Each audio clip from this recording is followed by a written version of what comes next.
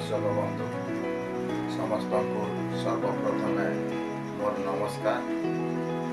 आरो गोटे नुआ कविता लिखिछे जेटा कि आमर नूतन मंत्री करी आपके सुना। ओडिशा राज्यर भार संभालिबे नूतन मंत्री गढ़ीछु। दुखीर दुख को बुझी से पारिबे विश्वास तांकु रखिछु। हस खुशी आज ओडिशार वासी बीजेपी सरकार पाइछु। दुख दूर हेब आनंद आसिब सही दिन आमे जोगिछु। नहीं रहे एटी दुर्नीति भ्रष्टाचार बीजेपी सरकार को आनिछु। ओडिशा हेब जे दुर्नीति मुक्त मुख्यमंत्री आमे करिछु।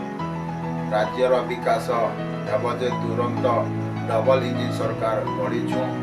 बिना संकोचरे मिलिबा जाइन गुहारी तांकु करुछु।